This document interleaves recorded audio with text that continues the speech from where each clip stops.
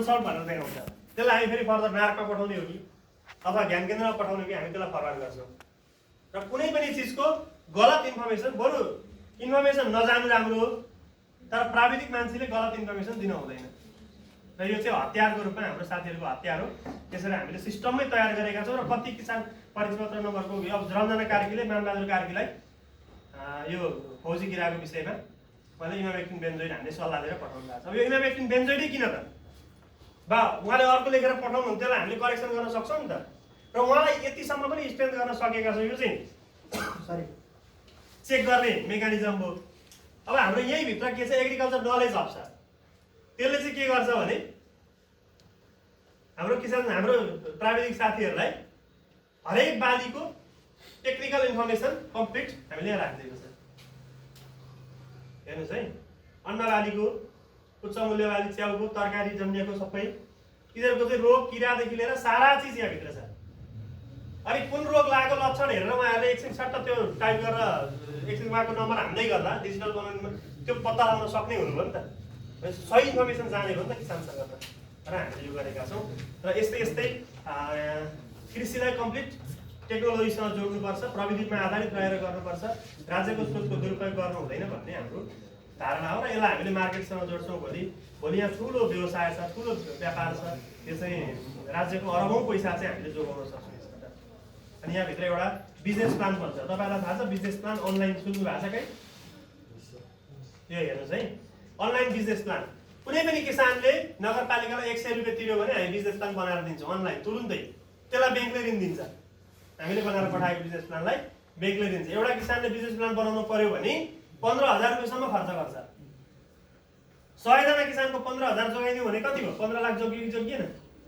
जोगियो। त्यो हामीले नगरपालिकाले गर्छ काम। कसरी गर्छ एउटा बिजनेस प्लान हेर्नुहोस् है। कुनै एउटा नम्बर भनिदिनु त मलाई फार्मर्सको, अघि चाहिँ जस्तो 1000 भन्दा माथिको। हजुर 9999 लक्ष्मी कुमारी खत्री, ती अटोमेटिक आउँछ। त्यति परिचय पत्र नम्बर भएको भ्यालु सिङ्गल एयर क्रपमा, jungle air crop, livestock, goat. यसमा एउटा यहाँ यो चाहिँ एउटा यो आइडीबाट स्याम्पल मात्रै हालेको छ है मैले, लगइन गरेको आइडीबाट। अर्कोमा छ धेरै। टोमेटोको हेरौँ, ब्रिड, सिर्जना। अब यो कसिट भन्ने छ, देख्नुहुन्छ नि त कसिट भन्ने। त्यो कसिट के हो भने नि हामीले प्लान गर्न सक्छौँ। एउटा स्ट्यान्डर्ड कसिट छ, फर्मेट छ। त्यो फर्मेटभित्र डाटा खेल्ने हो। जस्तो बेलाकाको महिना भनेर माथि डाँडा हो, पहाड हो, त्यहाँ लाग्ने लेबर कस्ट, त्यहाँ लाग्ने ढुवानी, त्यहाँ लाग्ने चाहिँ मार्केट भ्यालु।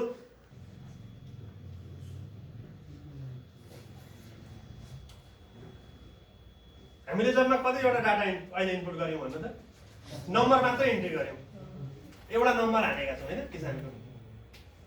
अरू चाहिँ बाहिरको डाटा हो। त्यसले कति थोक दिन्छ हेर्नुहोस् है अहिले। ल, गोलबेडा खेतीको व्यावसायिक योजना, व्यवसाय लक्ष्मी कुमारी खत्री। अघि हामीले फोन नम्बर हानेका थियौँ, वडा नम्बर हानेका थियौँ। कहाँबाट आयो त यो परिचय? हजुर परिचय पत्रबाट। कृषक विवरण सुरुमा मैले एउटा परिचय पत्र खोलेको थिएँ नि, त्यहाँबाट आयो। त्यो सबै चिज छ। त्यसलाई हामीले भोलि जे पनि बनाउन मिल्यो कि त्यति भएपछि। अब भोलि हाम्रो कस्टम हाइरिङमा तपाईँहरूलाई म जोडिहाल्छु। कस्टम हाइरिङको हाम्रो प्लान के हो भने, अब यो वर्ष हामीले यो अन्तिम वर्ष सरकारको, आउने वर्ष चाहिँ प्लान के हो भने हरेक हाम्रो जति पनि इन्ट्री भएको किसानको खेत छ नि, उहाँहरूको चाहिँ जिपिएस कोर्डिनेट यो हाम्रो उसबाट आउँदैछ कि भूमिको नापी अभियान भइरहेछ। जिपिएस कोर्डिनेट आउँछ। हामी जिपिएस कोर्डिनेटलाई प्रत्येक किसानको नम्बरसँग ट्याली गर्छौँ, राखिदिन्छौँ। र हिमाल सरले यहाँ बसेर बेलाका 2 नम्बरको चाहिँ रामबहादुर खत्रीकोमा ट्र्याक्टर पठाउनु पर्यो जोत्न भन्दा कति रुपियाँ लिने? अनलाइन ड्राइभरले यति कट्ठा भनेर हालिसक्दाखेरि रामबहादुर खत्रीसँग कति पैसा लिने भन्ने कुरोले त्यहाँबाट थाहा पाउन सक्छ। हेर्न मिल्छ, अटोमेटिक हेर्न मिल्छ, बिल निक्लिन्छ। बाटोको चाहिँ हेर्नुपर्छ कि पर्दैन हामीले, कति तेल लाग्छ भन्ने कुरा। र अझ के भने 10 जनाले एकैचोटि माग्छन् सिजनमा, कसको पहिले जाने, कहाँ गर्ने, कताबाट जाँदा रुट पर्दा सस्तो हुन्छ, कसरी कुन बाटोबाट जाँदा सजिलो हुन्छ भन्ने कुरा रुटै म्यापिङ गरिदिने खालको टेक्नोलोजी यसैमा हालेर डेभलप गर्न सक्छ। र त्यसले चाहिँ भोलि हामीलाई सफल बनाउँछ। ल हेर्नुहोस् है, अब आज पौष 26 गते हामीले बिजनेस प्लान रेडी गरेको एउटा हो। त्यसको मुख्य विशेषताहरू एउटा सारांश दिन्छ। लक्ष्मी कुमारी खत्री, फोन नम्बर, खेती गर्ने क्षेत्र 15 कट्ठा, टोटल लागत 8,56,033 रुपियाँ, चालु खर्च 6,55,283, स्थिर खर्च 50,750, मुख्य उत्पादन टमाटर, जम्मा उत्पादन 82,500 केजी, जम्मा आम्दानी 22,50,000, खुद नाफा 13,93,966, लाभ लागत अनुपात BC रेसियो भन्छ 2:96, तारबिन्दु उत्पादन स्तरमा 3066। तपाईले एस्टिमेटिङ एन्ड कस्टिङ पढ्नुपर्छ पछि हो, त्यसमा पनि यो कुराहरू आउँछ, BC रेसियोहरू आउँछ स्ट्याटिस्टिक्समा के स्ट्याटिस्टिक्समा थर्ड इयरमा हो, त्यसमा आउँछ। अब हेर्नुहोस्, हाम्रो किसान कहाँ चुकेका छन् भने बिजनेस प्लान बनाउन लाउँछन् व्यवसायीलाई, बिजनेस प्लान बनाउनेलाई उसले कस्तो बिजनेस प्लान बनाइन्छ, कतिको बिजनेस प्लान बनाउँदा ऋण दिन्छ भन्ने गरी मात्रै बनाउँछ। त्यो किसानलाई चाहिएको कतिको भन्ने कहिले बनाउँदैन। हामीले कम्तीमा स्थानीय तहबाट तपाईलाई यतिमा खेती गर्दा यति चाहिँ चाहिन्छ है, यति लागत लाग्छ, यो तरिका हो भनेर भन्न सक्यौँ भने त्यसलाई त घाटा भएन नि त। किसानलाई हामीले घाटामा लान हुन्छ त? हामीले जे पाए त्यो बिजनेस प्लान बनाइदिएर ब्याङ्कबाट ऋण मात्रै दिलाएर उसलाई घाटामा लान मिल्छ? मिल्दैन। यति गऱ्यो भने मात्रै तपाईँको यति नाफा हुन्छ भन्नु त सक्नु पऱ्यो नि त। त्यो सक्नका लागि हामीलाई यसले सहयोग गर्छ। र हेर्नुहोस्, प्रोडक्सन प्लान पनि यहाँ टोटल आउँछ, कति दिनमा के गर्ने सबै यो कल्टिभेसन प्र्याक्टिसहरू सबै कुराहरू टमाटरको यहाँ हुन्छ। अनि कति मल लाउने, कहिले लाउने, के गर्ने होइन, सूक्ष्म तत्त्वहरू कति लाउने, लास्टमा तपाईँहरूलाई देखाउँछु। यसको रोगहरू कुन कुन लाग्दा के उपचार गर्छौँ भन्ने कुरा पनि त्यहाँ राखिएको हुन्छ। त्यो चाहिँ ब्याङ्क ढुक्क हो नि त। यो किसानलाई सबै कुरा यति भयो भने त यो अनुसारले गरौँ त म यो नाफामा जान्छ, नाफामा गयो भने मेरो डुब्दैन लगानी भने त ब्याङ्क पनि ढुक्क हुनु परेन। हो, त्यो ढुक्क पनि बनाउँछौँ। हो, यो प्लान भयो, वित्तीय योजना कति परिमाणमा कति रुपियाँको दरले के लाउने भन्ने कुराहरू सबै यहाँ छ। लास्टमा एउटा सारांश आउँछ, हेर्नुहोस् है, सबै चिज समेटिएको हुन्छ, सबै आउँछ। वित्तीय विश्लेषण, मुख्य उत्पादन यति, व्यवस्थापन खर्च त्यति, वित्तीय खर्च, सञ्चालन खर्च ब्याज त्यति हुन्छ, बिमा शुल्क त्यति, नाफा कर बिनाको त्यति, खुद नाफा यति होइन। अनि लास्टमा गएर चाहिँ उत्पादन लागत प्रति केजी त्यति हुन्छ। तारबिन्दु स्तर, यो तिनवटा चिज वैज्ञानिक ढङ्गबाट हामीले निकालेर दिन सक्यौँ भने कुनै पनि ब्याङ्कले ऋण रोक्दैन। किसानलाई हामीले भने जति ऋण उपलब्ध गराइदिन सक्यौँ, त्योभन्दा फ्लेक्सिबल के चाहियो होइन त? यसरी हामीले काम गर्न सक्छौँ। यो सिस्टमबाट धेरै कुराहरू यसमा छ, मैले धेरै कुराहरूमा तपाईँहरूलाई अहिले लगिनँ, एकदमै भेग छ, दिनभरि लाग्छ। यही सिस्टमकै बारेमा पढाउँदा मात्रै पनि दिनभरि जान्छ, त्यतातिर नजाउँ होइन। अझ धेरै कुराहरू छ।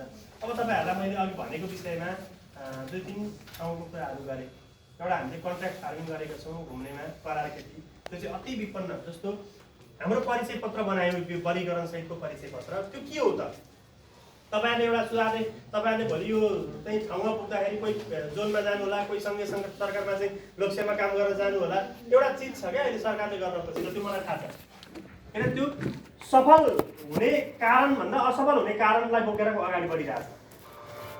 कुनै पनि चिजको वर्गीकरण गर्न जग्गालाई हेरेर वर्गीकरण गर्न हुँदैन। किसानको वर्गीकरण गर्दा जस्तो के भन्छ भने 2 बिघा जमिन हुने चाहिँ साना किसान, 1 बिघा 10 कट्ठा मात्रै जमिन हुने अझै साना किसान, 3 बिघा जमिन हुने मझौला किसान, 5 बिघा जमिन हुने ठुला किसान भनेर भन्छ क्या नेपाल सरकारले, सङ्घीय सरकारले त्यो भन्छ। उहाँको दिमागमा हामीले प्रवेश गराउँदैछौँ अलिअलि हाम्रो कारणले। 1 कट्ठा जमिनमा ठाउँमा छ भने त्यसले कति पैसा कमाउँछ? 2 कट्ठा जमिनबाट 50 लाख कमाउने किसान चाहिँ हुन्छ कि हुँदैन? यासा गुम्बा चाहिँ लगाएर चाहिँ गऱ्यो भने कमाइ कति हुन्छ सोच्नु त? रुद्राक्ष लाएर गऱ्यो भने। अनि जसको चाहिँ डाँडै 3 बिघाको छ बिचरा केही पनि हुँदैन, त्यो धनी हो, त्यो गरिब हो कि होइन? चाहिँ वर्गीकरण गर्दा जहिले पनि त्यसलाई वैज्ञानिक वर्गीकरण बनाउनुपर्छ भनेर बेलाकाले हामीले सुरु गरेका छौँ। यो चाहिँ धेरै होमवर्क गऱ्यौँ हामीले, धेरै रात हामी अनिदो बसेका छौँ यो छलफलमा। 2 बजे 3 बजेसम्म यो टिमसँग मिटिङमा बसेका छौँ। त्यसबाट एउटा रिजल्ट आएको छ, त्यो रिजल्ट मात्रै तपाईँहरूलाई म सुनाउँछु, मिल्ने टिप्ने छ भने टिप्नुहोस्। हामीसँग जम्मा 4 वर्गका किसान छन्। पहिलो वर्ग सीमान्त वर्ग, त्यसभित्र खण्ड 2टा छ। त्यसपछि अति विपन्नतालाई लक्षित गर्ने भूमिहीन सीमान्तकृत किसान भन्ने चाहिँ एउटा सीमान्तकृत किसान भन्ने छ। त्यो भूमिहीन सीमान्तकृत किसान भनेको चाहिँ के हो भने जसको 3 कट्ठा भन्दा कम जमिन छ र टोटल फ्यामिलीको वार्षिक इन्कम चाहिँ 1 लाख पर्दैन भने त्यो भूमिहीन सीमान्तकृत किसान हो भनेर वर्गीकरण गर्छौँ। र त्यस्तो किसानलाई हामी के गर्छौँ? भूमिहीन सीमान्तकृत किसानलाई लिजमा जग्गा लिएर खेती गराउँछौँ। जस्तो घुम्नेमा 2 नम्बर वार्डमा पर त्यो बिना भदै कृषक समूह भन्ने छ, त्यहाँनिर हामीले खेती गराएका छौँ। अति विपन्न भूमिहीन सीमान्तकृत किसानलाई करारमा 100% सब्सिडीमा खेती गराएका छौँ। त्यो त वास्तविक गरिब हो नि त, वास्तविक किसान त हो नि त। त्यो पनि त्यो चाहिँ किसान होइन र? अर्काकामा श्रम मजदुरी गर्ने मान्छे चाहिँ किसान होइन? अर्काकामा वर्षभरि 20 वर्ष धान खेतीमा चाहिँ हलो जोतेर काम गर्ने मान्छे किसान होइन र? त्यो पनि किसान। त्यस्तो मान्छेलाई हामीले संरक्षण गर्नुपर्छ र त्यो किसानको परिचय वर्गीकरणको आधारमा हामीले खेती गराएको छौँ। एउटा एक्जाम्पल। दोस्रो खण्ड सीमान्तकृत किसान। त्यो कस्तो हो त भन्दा जसको जमिन 3 कट्ठा भन्दा माथि छ र एनुअल फ्यामिली इन्कम चाहिँ 1 लाख पर्दैन, त्यो पनि त गरिब हो नि त। जमिन छ 4-5 बिघा, वार्षिक आम्दानी टोटल परिवारको 1 लाख पनि हुँदैन, त्यो गरिब होइन र? त्यसलाई सीमान्तकृत किसान भन्छ। त्यसलाई हामी के गर्छौँ? उसको जग्गा किन बाँझो भयो? प्रविधि नपुगेर हो कि, उद्योग बिउ नभएर हो कि, या चाहिँ सिँचाइ नपुगेर हो कि, त्यो चिजमा हामी 75% सपोर्ट गर्छौँ। अनुदान प्रविधिमा 100% गर्छौँ, सिँचाइ जस्ता कुराहरूमा 75%, बिउ बिजनमा 100% गर्छौँ। त्यसपछि साना किसान भन्ने छ। साना किसानमा गएपछि अब हामी जग्गा हेर्दैनौँ। जसको कृषिबाट हुने एनुअल इन्कम वार्षिक 5 लाखसम्म छ र अन्यबाट हुने आम्दानी 10 लाख पर्दैन। सुन्नुहोस् है, कृषिबाट हुने आम्दानी 5 लाख भित्र छ, अन्यबाट हुने आम्दानी 10 लाख पर्दैन र त्यो अन्यबाट हुने आम्दानी र कृषिबाट हुने आम्दानीको रेसियो 2:1 भन्दा कम छ भने त्यसलाई हामीले साना किसान भन्छौँ। जस्तो कसैले कृषिबाट 1 लाख कमाउँछ, अन्य आम्दानी चाहिँ 10 लाख कमाउँछ भने त्यसलाई किसान किन भन्ने? त्यो पनि त किसान होइन। त्यसलाई किन हामीले सेवा सुविधा दिने? 2 लाख कृषिबाट कमाउँछ, 8 लाख चाहिँ अन्य छ, उसको वैदेशिक रोजगार छ अथवा चाहिँ जागिर छ अथवा बिहार छ अथवा के छ, होइन? त्यो कमाइ छ भने त्यसलाई किसान किन बनाउने? किन किसानको सुविधा त्यसलाई दिन पर्छ? ऊ त प्रायोरिटी क्षेत्र कृषि होइन नि त त्यसको, त्यसले पाउँदैन, त्यो किसानै हुँदैन, अवर्गीकृत किसान बन्छ त्यो। जसको एनुअल इन्कम 15 लाखसम्म छ कृषिबाट हुने र अन्यबाट हुने आम्दानी 30 लाख पर्दैन र त्यसको रेसियो पनि 2:1 भित्र पर्छ नि, त्यो मजोला किसान। तर ठुला किसान 50 लाख र 1 करोडको रेसियो छ। यसरी हामीले किसानलाई प्रोपर डिफाइन गरेका छौँ र परिचय पत्र वितरण गरेका छौँ। किसानले परिचय पत्र पाएका छन्, सुरु भएको छ, 8 नम्बर वार्डबाट सुरु भएको छ। अब त्यसलाई हामी सबै किसानहरूलाई उपलब्ध गराउँछौँ है त। अब मैले यति भने, धेरै कुराहरू भन्न सक्दा तपाईँहरूको समय हुँदा, तपाईँहरू धैर्यता राख्दा, तर तपाईँहरूको पनि अब फिल्ड पनि जानु पर्यो। त्यो हिसाबले मैले मेरो तर्फबाट भन्ने कुराहरूलाई अहिले यति नै राखेर केही जिज्ञासाहरू भए राखिदिन पनि अनुरोध गरेँ। एक कुरो लामो मैले बोले गरेँ, तपाईँलाई बोल्नै दिनँ, केही छन् भने राख्नुहोस् है। सर, यो डाटाहरू सङ्कलन गर्नुभयो नि किसानहरूको, त्यो डाटाहरू सङ्कलन गर्दा केही गाह्रो त्यस्तो प्रोसेसमा? केही गाह्रो भएन, त्यो एकदम डाटा दिने। जब मैले अघि भनेको राम्रो क्वेसन, जब सफ्टवेयर मात्रै रहन्छ एग्रिकल्चर सेक्टरमा, त्यसको खासै अर्थ छैन। जब सफ्टवेयर जीवित हुन्छ त्यो प्रणाली बन्छ भने नि, हामीले पहिलोचोटि डाटा घर घरमा टोलमा गएर लिउँ, क्याम्पेनिङ खडा गरेर लिएको। त्यति बेला हामीले हजुर किसान दाजुभाइहरू, तपाईँहरूले दिएको डाटा, तपाईँहरू भगवान् हुनुहुन्छ, जे दिनुभयो हामी त्यही राखिदिन्छौँ। हामीसँग भेरिफाई गर्ने उपाय केही थियो त्यहाँ? त्यत्रो 10,000 घरधुरीको कसरी भेरिफाई गर्ने? मेरो जमिन 1 बिघा भनेको छ, हो कि होइन, कसरी थाहा पाउने? होइन, त्यो च्यालेन्ज हो। तर त्यसलाई हामीले च्यालेन्जै लिनु, किन हाम्रो त जीवित छ। पहिलो सर्वे गर्दै गर्दा भोलि अब हामीले के भन्दैछौँ? प्रोडक्सन कन्ट्रोल सिस्टममा इन्ट्री नभएको किसानले नगरपालिकाको जेटीहरूबाट मौखिक सल्लाह पनि पाउँदैन। सुन्नुहोस् कति गाह्रो कुरा छ। नगरपालिकामा र कसैले एउटा बिरुवा बोकेर आएर चाहिँ मेरो यो बिरुवा के भएको हेरिदिनु भन्यो भने उसको त्यहाँ इन्ट्री छैन, त्यो बिरुवाको उपचार गर्न कर लाग्दैन। हामीले त्यो बनाएका छौँ र ऊ त्यहाँ इन्ट्री हुन्छ। त्यो इन्ट्री हुँदै गर्दा अब उसको के चिज चाहिन्छ? अब इन्ट्री हुँदा वडाबाट इन्ट्री हुन्छ, वडाबाट उसको सबै अपडेट भइसक्यो। लगभग हाम्रो आधी उधी जति अपडेट भइसकेको छ। हाम्रो यो वर्षको कार्यक्रमहरूले टार्गेट गर्दा आधी उधी लगभग 5-7 हजार घरधुरीको अपडेट भइसक्यो। अब भोलि अर्को वर्ष कार्यक्रम लन्च हुँदा त्यही सिस्टमबाट आउँदा उसको फेरि अपडेट हुँदै जान्छ। यो चाहिँ रनिङ भइरहन्छ कि, यो जीवन्त हो, यो लङ लाइफ, यो गइरहने चिज हो। त्यस कारण यो अपडेट हुँदै हुँदै हुँदै हुँदै आउँछ। र सुरुको पटक चाहिँ हो किसानलाई हामीले भगवान् तपाईँहरूले हो, तपाईँहरूले जे भन्नु त्यही साँचो नभनेसम्म चाहिँ हुँदैन। फेरि सुरुमै हामीले स्टिक गर्न सक्दैनौँ। अब हाम्रो एकदम एक्युरेसीमा आएको छ र त्यति बेला हामीले भनेका थियौँ तपाईँले ढाँट्न पाउनुहुन्न, भोलि तपाईँलाई समस्या हुन्छ ढाँट्नु भने सबै कुराहरू बुझाएर हामीले कार्यक्रम सुरु गरेको हुँदा त्यति गाह्रो केही पनि भएन। प्लानिङमा थियौँ है त सर। हजुर, के भन्छ, एउटा सिजनको सपोजको लागि टमाटर उत्पादन भयो होइन, फेरि अर्को कुराको सिजन आयो होइन, अनि अर्को सिजनको डाटा कसरी लिनुहुन्छ? फेरि किसानले दिन्छ कि तपाईँहरू आफै जान्नुहुन्छ? मैले के भने पहिलोचोटि हामीले अघि मैले भनेकै अनुसारले गरियो। अब किसान नगरपालिका किन आउँछ? के कारणले आउँछ भन्नुहोस् त? कृषिमा आइरहन्छ, कहिले बिउ बिजन लिन आउँछ। हामीले के चाहिँ बुझ्नु पर्यो भने हाम्रो नगरपालिकाले अझ चारा छर्छौँ क्या। के चारा छर्छौँ भने सबै माग गरेर जति किसानलाई उपलब्ध गराउने कार्यक्रम ल्याइदिन्छौँ। तपाईँलाई मैले अघि भन्नै बिर्सेछु एउटा चाहिँ, हामीले के गर्यौँ भने कोरोनाको समयमा कोभिडकै बेला पहिलो वर्ष 2688 घरधुरी किसानलाई उन्नत जातको धानको बिउ कुपन सिस्टमबाट टोलमा उपलब्ध गराइदिउँ बिना झन्झट। कम्प्लिट कुपन, सफ्टवेयर कुपन निकाल्दियो, कुपन बोकेर किसानको हातमा हामीले वडा मार्फत कुपन पुर्याइदिउँ। किसानले कुपन बोकेर सहकारीमा गयो, सहकारीले 50% पैसा लियो, 50% पैसा सहकारी नगरपालिकाले दियो, कुपन नै भरपाई भयो। यसरी काम गर्दाखेरि अब त्यो कुपन जुन जेनेरेट हुँदै गर्छ नि त्यति बेला आउँछ नि, हरेक चिजका लागि किसान नगरपालिकाको कृषि शाखा अथवा वडाको कृषि प्राविधिकसँग ठोकिँदै गर्दा उसको अटोमेटिक अपडेट त्यहीँबाट हुन्छ कि। हामी अपडेट अहिलेको नयाँ लेटेस्ट कुराहरू अपडेट गरिदिइहाल्छौँ तिनीहरूले। किसान आउँछ, सुरुमा हामी गयौँ, अब किसान आउँछ, एक्टिभ डाटा त्यसरी जेनेरेट हुन्छ। अनि सर फर्टिलाइजर कसरी मेन्टेन गर्नुहुन्छ? रङको केमिकल फर्टिलाइजर उता फेरि भर्मी कम्पोस्टिङहरू कसरी मेन्टेन गर्नुहुन्छ? यस्तो छ, अब भर्मी कम्पोस्टिङका कुराहरू, अर्ग्यानिक म्याटरका कुराहरूमा किसानहरूलाई हामीले प्राङ्गारिक अभियान सञ्चालन गऱ्यौँ। झोलमलहरूको लागि सिकाउने कुराहरू सिकाएर एक चरण दोस्रो वर्षमै हो त्यो सबै वार्डहरूमा क्याम्पेनिङै गऱ्यौँ होइन, त्यो भयो। तर पनि अब हाम्रो परम्परा के छ भने रासायनिक मल नहालिकन नहुने, युरिया मलको अभाव, राष्ट्रव्यापी रूपले मल अभाव भएको बेला कसैको पनि केही लाग्दैन। हामी पनि त्यसमा अब नतमस्तक छौँ होइन।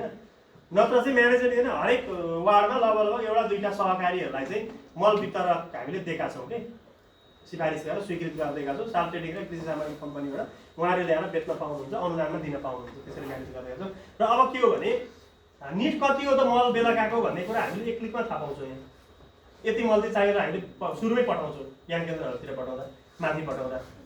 त्यो भएको हुनाले हाम्रो माग गर्दा पनि सजिलो हुन्छ, त्यही अनुसारले हामीले लिन पाउँछौँ। त्यसरी म्यानेज गरेको छ। अरू केही छ? अनि सर अनुदानको बारेमा हरेक नगरपालिकाहरूमा आउँछ अनुदान होइन, त्यो अनुदान केहरू कुन सेक्टरमा छ भनेको एग्रिकल्चरको? यस्तो छ, अब अनुदान चाहिँ के हो भने हाम्रो उत्पादन दुई तिन चिजमा हामी अनुदान प्रदान गर्छौँ। एउटा तालिम 100% सब्सिडीमा किसानले आवश्यकता भएको तालिमहरू हामी निःशुल्क उपलब्ध गराइन्छौँ र अन्य तालिममा पठाउँछौँ। दोस्रो प्रविधिका कुराहरू, प्रविधिमा हामीले 100% सब्सिडी प्रदान गर्छौँ, त्यो पनि किसानको वर्ग अनुसार। ठुला किसानलाई हामीले 25% भन्दा बढी सपोर्ट गर्दैनौँ, ऊ आफै सस्टेन गर्न सक्छ, उसलाई प्रदेश सङ्घतिर पठाउँछौँ, ठुला काममा पठाउँछौँ। हामीले सिँचाइ, यान्त्रिकरण अनि उत्पादन तथा उत्पादकत्व वृद्धि, क्षमता अभिवृद्धिका कामहरू अनि प्रोडक्टिभिटी बढाउने कुराहरू, त्यस्ता चिजहरूमा सब्सिडी प्रदान गर्छौँ। र यो सब्सिडीको कुरालाई हामीले अहिले चाहिँ म्यानेज मात्रै गरेर अगाडि बढिरहेको छौँ। यसको विषयमा चाहिँ हाम्रो धेरै छलफल भएको छ। यो चाहिँ अब लोन मार्फत किसानलाई चाहिँ अनुदान दिने हो भने अनिवार्य लोनको रूपले अगाडि बढाउने कि होइन, लोन मार्फत जाने कि भन्ने कुरा हाम्रो धेरै छलफलहरू भइरहेछ।